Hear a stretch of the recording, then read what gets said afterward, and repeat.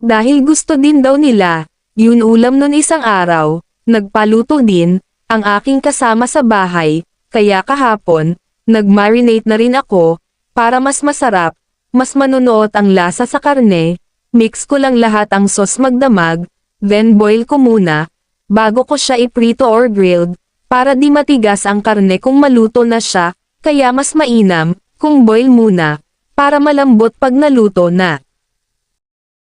Nilagyan ko ng kunting mantika lang, ang palayok, para masisi ang karne, at parang ihaw lang, ang pagkaluto niya, mas matrabaho, dahil isa-isahin mo siyang baliktarin, pero mas masarap kasi yan.